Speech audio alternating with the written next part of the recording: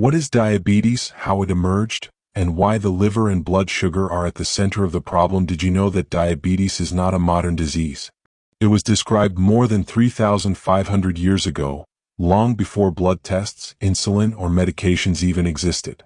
From the earliest records in history, the signs of diabetes have always been linked to blood sugar, sweet urine, and, as we now understand, the role of the liver and insulin resistance. In this video, you will understand what diabetes really is, how and when it was discovered, why blood sugar rises, and why nutrition, lifestyle, and metabolic support are decisive factors in blood glucose control. From a medical standpoint, diabetes mellitus is a group of metabolic disorders characterized by elevated blood glucose levels over prolonged periods. This occurs either because the body does not produce enough insulin or because the cells do not respond properly to the insulin that is produced. Insulin is the hormone responsible for allowing glucose to enter the cells and be used as energy. When this process fails, sugar accumulates in the bloodstream, triggering a cascade of metabolic imbalances that affect the entire body. Long before it received its name, diabetes was already being observed in practice.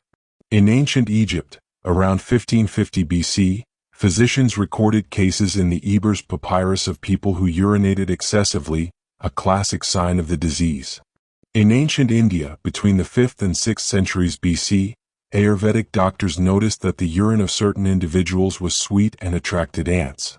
They called this condition madhumeha, meaning honey urine, one of the earliest recognitions of sugar in the human body. In ancient Greece, around 250 BC, the term diabetes was introduced by Apollonius of Memphis. The word comes from Greek and means to pass through, referring to excessive fluid loss through urination. Later, the term mellitus, meaning sweet, was added to describe the sugary urine observed in patients. Over the centuries, medical understanding evolved. In the 2nd century AD, Aretius of Cappadocia described symptoms such as intense thirst, progressive weight loss, and severe weakness. In the 17th century, the English physician Thomas Willis confirmed the sweet taste of urine and consolidated the term diabetes mellitus. Still, the true cause of the disease remained unknown.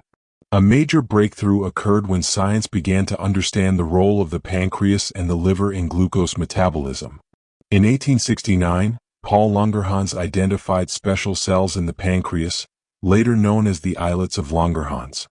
In 1889, Joseph von Mering and Oskar Minkowski removed the pancreas from dogs and observed that they developed diabetes, proving that this organ was essential for blood sugar control. In 1910, physiologist Sharpie Schaefer proposed that diabetes was caused by the lack of a hormone produced by the pancreas, which he named insulin. This theory paved the way for one of the greatest revolutions in modern medicine. In 1921, Frederick Banting, Charles Best, James Collip, and John MacLeod successfully extracted and purified insulin. The following year, insulin was administered to a human for the first time, saving the life of a young patient with severe diabetes. In 1923, this discovery earned the Nobel Prize and transformed diabetes from a nearly fatal disease into a manageable condition. Today, we know that diabetes involves much more than just the pancreas. There are 3 main types: type 1 diabetes, type 2 diabetes, and gestational diabetes. In type 2 diabetes, the central issue is insulin resistance, and this is where the liver plays a decisive role. When the liver accumulates fat, it becomes resistant to insulin. Even when blood sugar levels are already high, the liver continues releasing glucose into the bloodstream, especially in the early morning hours.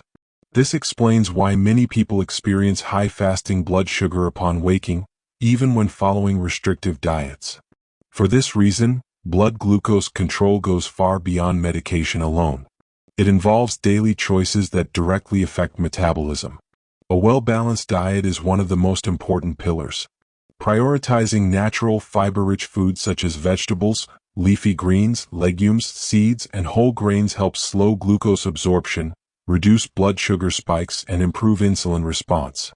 Dietary fiber also supports gut health, increases satiety, and helps with weight control, factors closely linked to glycemic regulation. Reducing the intake of simple sugars, ultra-processed foods, and refined carbohydrates is essential for maintaining stable blood sugar throughout the day. Adequate intake of high-quality protein is another key factor. Protein helps control hunger, prevents sharp blood sugar fluctuations, and supports the preservation of muscle mass.